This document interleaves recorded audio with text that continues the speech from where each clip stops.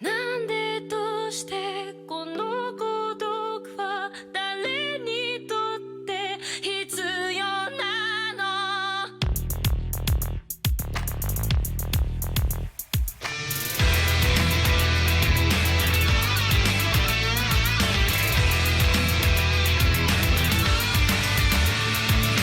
明日を見上げる首はいつか誰かに切り取られていた大声で笑うことはいつになれば許されるのかなもし今疲れ果てて倒れたって誰も気づかない今日は今日のままお前らのせいだお前らのせいだあの記憶もこの制裁もお前らのせいだお前らのせいだ言い訳なんて聞きたくない誤解や絶望苦痛も全部手桜へ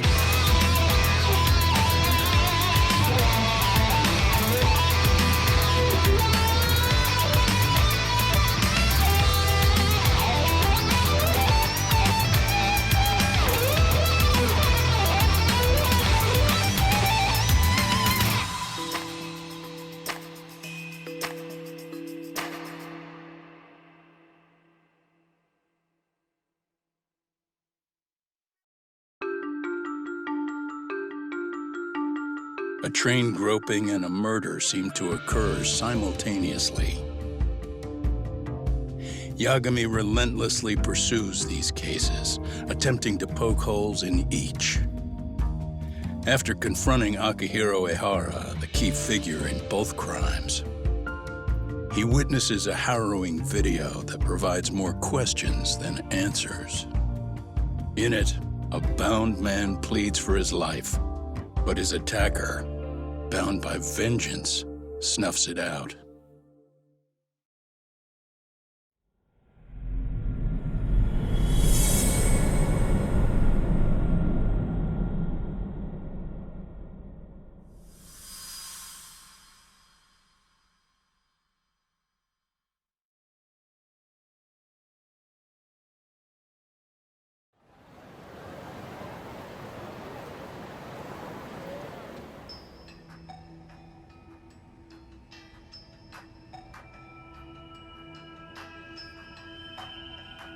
So the murder footage is already making the rounds online. I don't think it's showing up on TV, though. Yeah, the net's a mess right now. It's all unsubstantiated rumors and unverified sources. Typical, really. An ex-cop going from by-the-book sex offender to vigilante avenger overnight is prime forum drama. Sentiment seems to be swinging in favor of Ehara, but there's plenty of folks on the fence about it, too. The reactions have been all over the board. Do we know if that video is authentic? I mean, CG has come a long way, right? Oh, or perhaps a deep fake. That is plausible. AI has reached the point where it can generate pretty convincing facsimiles. Someone even made a video that made it look like the US president was saying a bunch of crazy stuff. And that's just the tip of the iceberg. Deep fakes are only getting more authentic looking. Can't guys like you tell if a video is fake or not, though? Aren't there any signs? Oh, there are several telltale signs of a video being doctored. So I ran every check I could think of on the murder footage. Wouldn't you know it, nothing came up. Most likely, we're looking at the real deal. Most likely? Well, no one can claim with absolute certainty that it wasn't altered in some way. Which means it's not substantial enough to prove Ehara's guilt. At least not in a court of law. Gotcha. Do you know when and where the footage was uploaded? It was posted sometime last night, but the source is too hard to pin down. The uploaders spread it across multiple servers overseas in a well-concerted effort to hide their tracks. Makes sense. But I'll bet it ultimately came from Mikoshiba's killers, no matter how real or fake it is. How do you figure? Think about it. No one could have staged that unless they knew the specifics of how Mikoshiba was killed.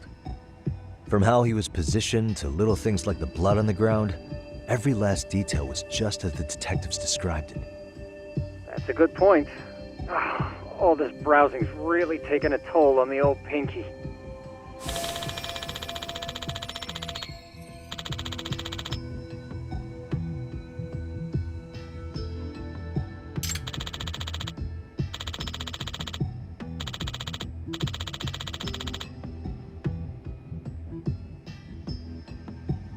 Looks like another visit to Ehara might clear things up. You should ask Shirosaki-sensei about it.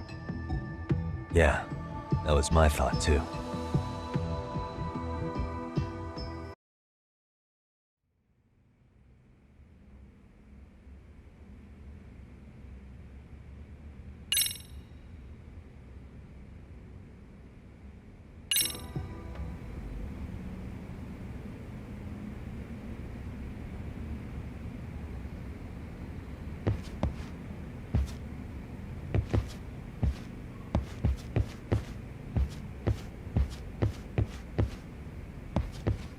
Let me get this straight. Ehara went and felt a lady up on the day Mikoshiba got killed on purpose? Oh, if that's the case, why the hell would he upload a murder confession after the fact? Is he trying to get caught? Only Ehara could answer that one for you. I want to ask him that question myself. So, we're off to see Saori-san then? What is it?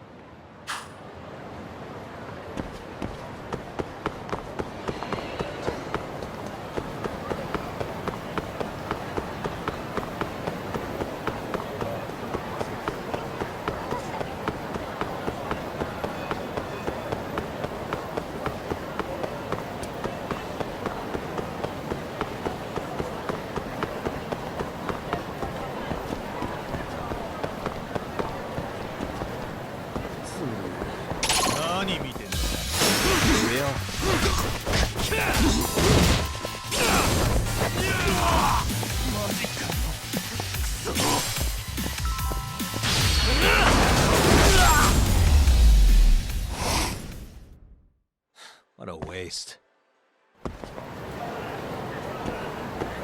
Let's hit it.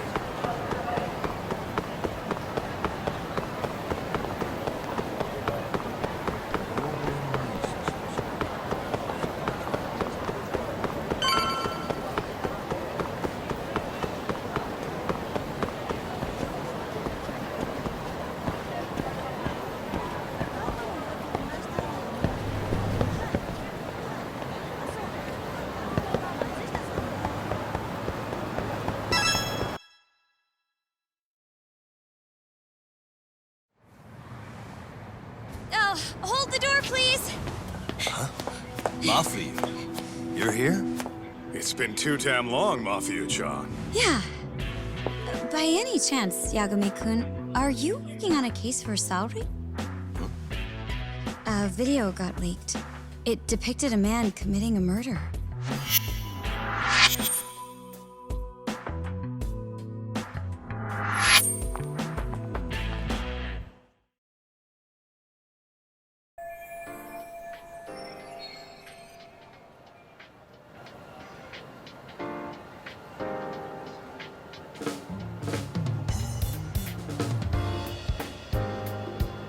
Are you here about the Ehara case too?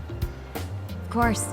The prosecutor's office is in total chaos right now, especially the higher-ups. I'll bet. After all, they're the ones who pushed for Ahara's battery conviction. If that video is real, that would mean Ehara got them to hand him a slap on the wrist instead of a murder conviction. Yes. And it's not like the prosecution can say, "Sorry, Your Honor, we'd like a do-over," after the fact. To make matters worse, everything leading up to the trial was broadcast all over the news. Changing our tune now would undermine public trust. That's for sure. So, for the time being, our department is trying to predict how the defense will approach the situation. Hence why they sent me here to check in on my good friend Saori. Totally no strings attached. Well, that clears up a lot.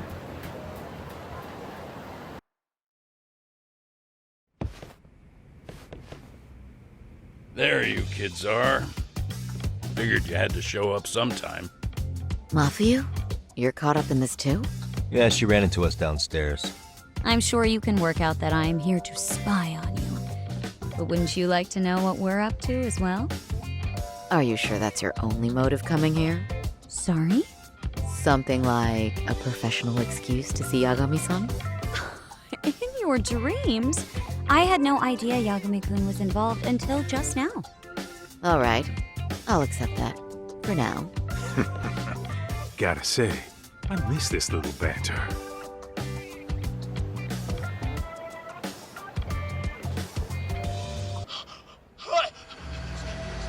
Stop it! Stop it! Stop it! Stop it! Needless to say, our office is going through this footage with a fine-tooth comb. That said, they've already determined their stance. They've deemed it an unreliable source and therefore useless as evidence. Basically, they want it to look like it was considered and already thrown out. Huh? So, they're not gonna verify the video? Not even question Ahara about Mikoshiba? Nothing? Nope. Not after it was proven in court that Ehara committed sexual battery on October 7th. I mean, wouldn't you say a conviction has a certain finality to it? Besides, there's no way Ehara could have murdered Mikoshiba within that limited time span. Right. Which means the murder video doesn't really add up, does it? What are you getting at? I'm saying the prosecution believes the video has been falsified. Special effects, CGI, whatever it is, we're not buying it. Huh. Furthermore, the prosecutor pushing that stance was the one who handled Ehara's trial. And that is... His name is Sadao Takano. He was the one gunning the hardest for Ahara the first time around, especially considering his officer status. He kept insisting justice be served, which got the public behind him rather quickly. He certainly looked the part of the people's prosecutor, grilling Ehara in court. So what you're saying is, Takano could never accept anything but Ahara's original sentence. Since this footage of the murder contradicts that finding, he just thinks it's a sham. Yes, and he'd add that a fair trial's result can't be challenged by some video on the internet. Well, who could honestly trust a system that changes its mind so easily? Both the prosecutor's office and the court are beholden to the case as Takano-kun presented it. But that's just sweeping the issue under the rug. It has a domino effect, too. The police are beholden to the verdict we got, so their hands are tied. This applies to both Tokyo and Kanagawa. Really? Why's that? Supposedly, they don't want to get involved with Ehara until they're sure the video is real. They come in with a list of questions about the murder, it'll show that doubt's being cast on the original ruling. Yeah, but no one can prove that the video's real. Right. There's no way to verify the legitimacy of an untraceable video. But if the police aren't allowed to see Ehara, he'll never even become a suspect in the murder. That means he's untouchable. Exactly. None of the detectives are happy about that. Especially down in Kanagawa. Their job is to bring in a suspect, but their leads are all ending up at the same dead end.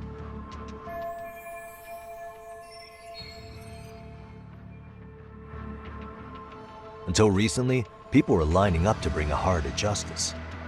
Yet somehow his involvement in a murder totally derailed that. Don't be so surprised. No cop would ever want to undermine a ruling based on their own findings. Anyone who wants to go against the grain's gonna need hard evidence on their side. So the case goes cold, all to save face for the court and the prosecution. If Ahara really did commit murder, it'll have been the perfect crime. This debacle only serves as proof. True, it would turn the trial into a farce. There's no way we're letting this go. But wouldn't challenging this mean going up against the entire system? Yeah. That scare ya? Not at all. In fact, I was just thinking, we're the only ones who could take a case like this. Ha! That's the good shit, kid. This whole time, we've been writing Akihara as a convicted sexual predator. But it's looking more and more likely the court played right into his hand. As for me, I'm done being played for a fool. Then you've heard what I came to say. And with that, I will be on my way. But if you need help, just ask. I think we're good for now, but thanks. That did clear up a lot. No problem. See ya.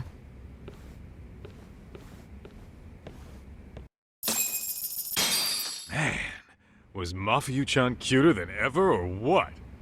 Think maybe it's time to light that flame again, huh? How many times do I have to tell you, it's not like that?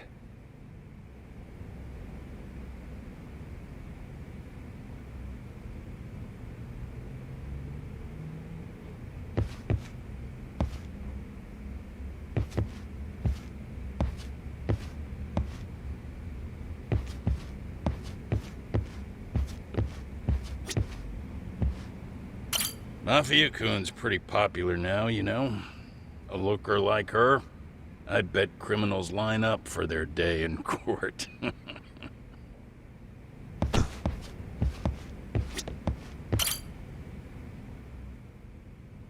Anyway, what I'd like to do is ask Akihara about that video face to face. Any chance we could see him again? I was actually about to suggest that. One moment. It's from Ahara's prison. What? Hello? Yes, this is Shirosaki. Yes, I can talk. His prison? Why would they call us directly? Guess we'll find out. Understood. I appreciate the candor. That was one of the prison wardens.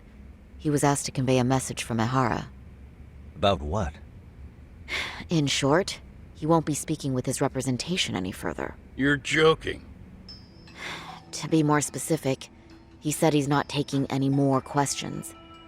It seems he fully grasps the situation, even in custody. How is that even possible?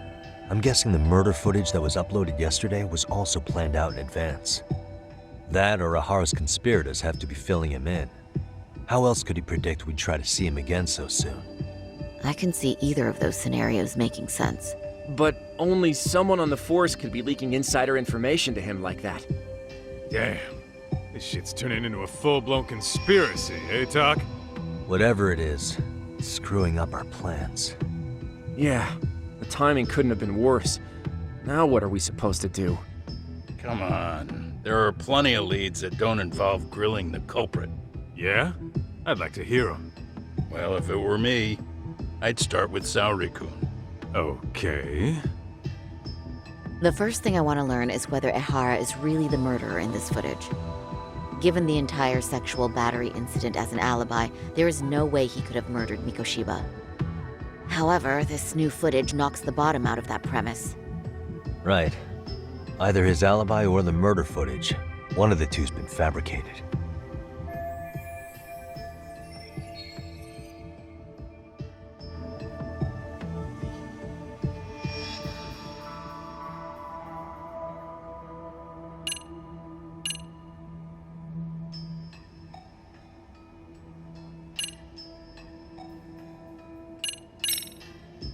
I think we should revisit the harassment case. When the sentence came down in court, no one expected it to end up as a murder alibi. Plus, everyone suspected Ahara was working alone. He may have not been. All this makes a huge difference. No one would suspect a train groping to involve accomplices or alibis. The search for evidence wouldn't be as intense as for a murder. But the entire incident was caught on camera, top to bottom. There's more than enough physical evidence, too. Then we'll need to verify each and every aspect of the case. Okay, what first? Should we investigate the crime scene again? Maybe we'll discover something new if we check out the station during the crime's actual time frame. No, I think we saw everything we could there. Actually, if we're reviewing evidence, we could do that from right here, couldn't we?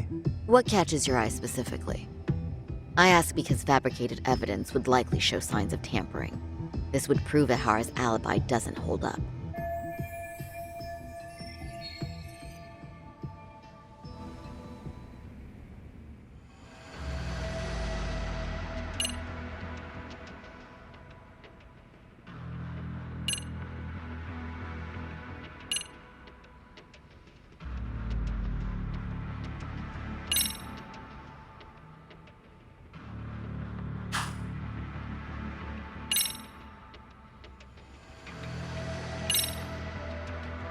This part's still getting to me.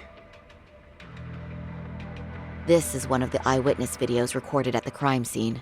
This is the biggest one, at least in terms of what's been aired on television. Okay, but just to ask, do we know anything about who was behind the camera? He's a male restaurant worker who was commuting at the time of the incident. His video lines up with everything the station's security cameras caught as well. So, no issues there.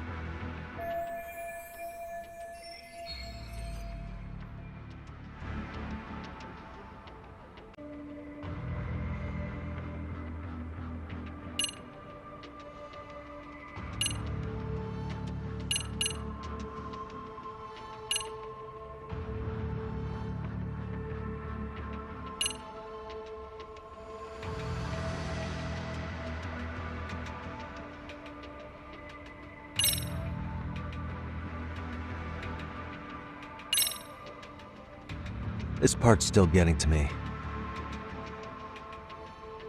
The security footage from Ikebukuro Station shows Ehara arriving at the platform around 7:50 a.m. He just stood there for over an hour until boarding the 906 train. He was looking for a target, right? Yes, but Ehara says he was deliberating whether to go through with seeing his wife. After all, the two are separated. Could there be any chance this is an Ehara imposter? Huh? Using the hat and shades to make it less obvious? Think about it.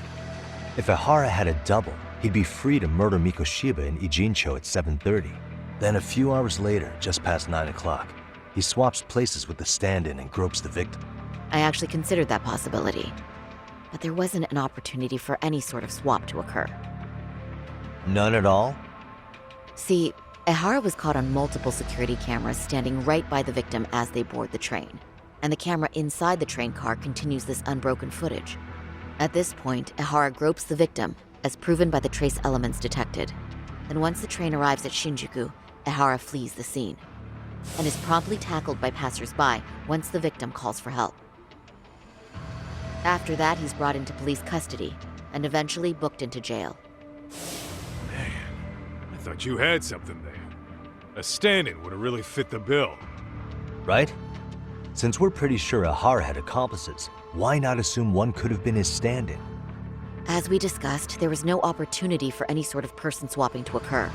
The victim felt a hand reach up into her knee-length skirt, scaring her motionless for the full 6-minute ride to Shinjuku Station. Could you describe the victim for me?